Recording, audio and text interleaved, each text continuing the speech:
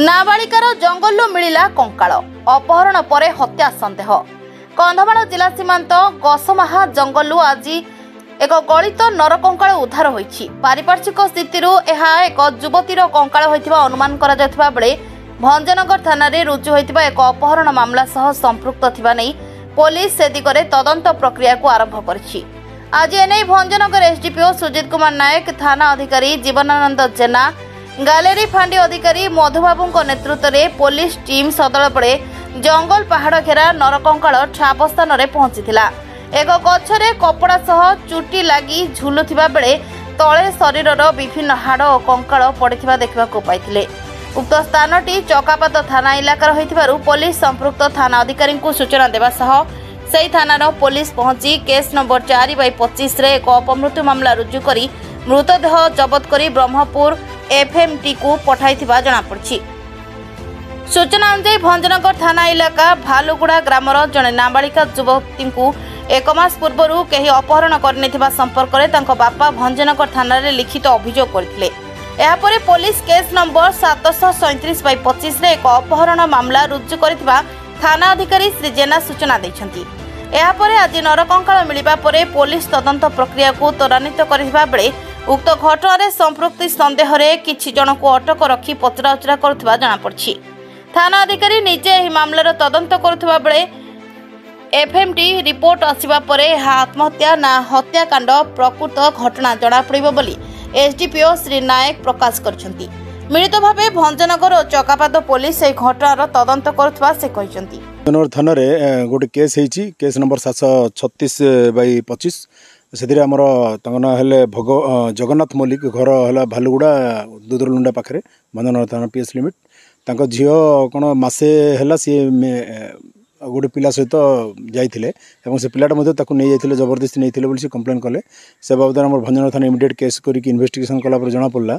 एवं जो आखपाख गाँव लोकों सहायता जाना पाइले कि जो आम गसमा जंगल पाखे अच्छी कंधमाल एरिया चकापात थाना एरिया जाऊँगी गोटे स्केलेटन पड़ी और पाखे लुगापटा किसी मिली संगे संगे पुलिस आसी देखला बेलू गोटे झुलंत अवस्था गोटे पुराणा हो अबाउट डिकम्पोज हो जाइए ओनली स्केलेटन जहाँ पड़ी सेटा संगे संगे आम चकापात थाना को इंटिमेशन देलु जेहेतु यहाँ चकापात थाना एरिया जाऊँगी। चकापात थाना स्टाफ पहुंचती इनक्वेस्ट चली और भंजनगर और चकापात पुलिस मिलित तदंत चालू रही। बर्तमान तो किसी कहीहबनी जेहेतु कि आमर किसी ये ना डेड बॉडी ऑलरेडी डिकम्पोज्ड खाली स्केलेटन अच्छी तार स्कल भी मिली और तार जो लिगेचरटा झुलंत अवस्था अच्छी से बर्तमान एफएमटी पठाब आम पोस्टमार्टम फाइनाल रिपोर्ट सेपट आसला पर ही क्लीयर कट जना पड़े आत्महत्या ना हत्या जना पड़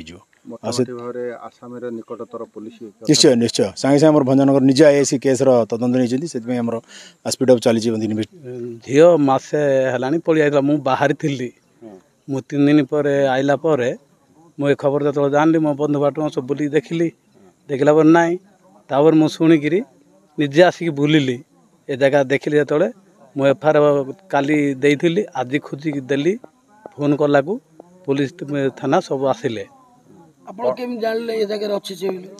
आपण एमती लोक पचार पतर करके मुझे निजे कही ना मत झील झील ता मन इच्छा मुझे बाहर थी मस है 3 दिन मुझे घर को आईली।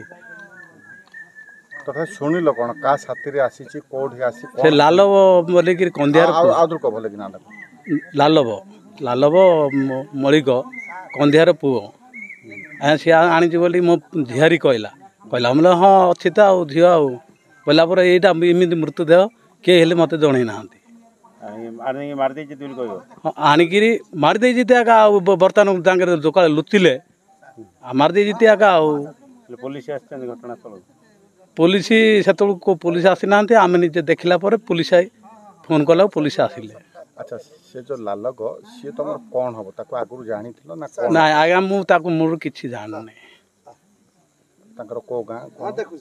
हूँ ढिम्बिरदुड़ी ढिम्बिरदुड़ी थाना तारसिंगी पुष्ट हरिगड़ जाऊँगी ब्राह्मणपद रे जाऊँगी। अच्छा तुम झील कौन कर मो झील पाठ पढ़ुला 7म क्लास पाठ पढ़ुला ସେତେବେଳେ ମୁଁ ବାହାରେ ଯାଇଥିଲି ଆଉ ଗୋଟେ ଦ୍ୱିତୀୟରେ ଗୋଟେ ସାଇକେଲ ପରୀକ୍ଷା ଏବେ ପରୀକ୍ଷା ଦେଇଛି ପରୀକ୍ଷା ରେଜଲ୍ଟ ବାହାର ନେବେ ସ୍କୁଲକୁ ଯିବ ବୋଲିକିରି ମୁଁ ବାହାରେ ଯାଇକିରି ତା ଖଟିକିରି ଯାହାହେଲେ ବସ୍ତ ଫ୍ରି ନାହିଁ ପିଲାମାନେ କେମିତି ବଞ୍ଚେଇବେ ବୋଲି ମୁଁ ବାହାରେ ଯାଇକିରି ଖଟିକି ଆଇଲା ଏ ଘଟଣା ମୁଁ ଯେତେବେଳେ ଶୁଣିଲି ଏମିତି ଏ କାମ ହେଇଛି। ଦୋଷୀ କି କ'ଣ ହବ ବୋଲି କହୁଛ? ଦୋଷୀକି ଦଣ୍ଡ ଦିଆଯିବ ଆଜ୍ଞା ଦୋଷୀକିଟା ମାରିବା କି ମାରିବ ବୋଲେ ମାର ମୋର ତ ଝିଅ ପଳେଇଲା ନା। ଗଞ୍ଜାମ ଭଞ୍ଜନଗରରୁ ବଳରାମ ଗୌଡ଼ଙ୍କ ରିପୋର୍ଟ SANI TV।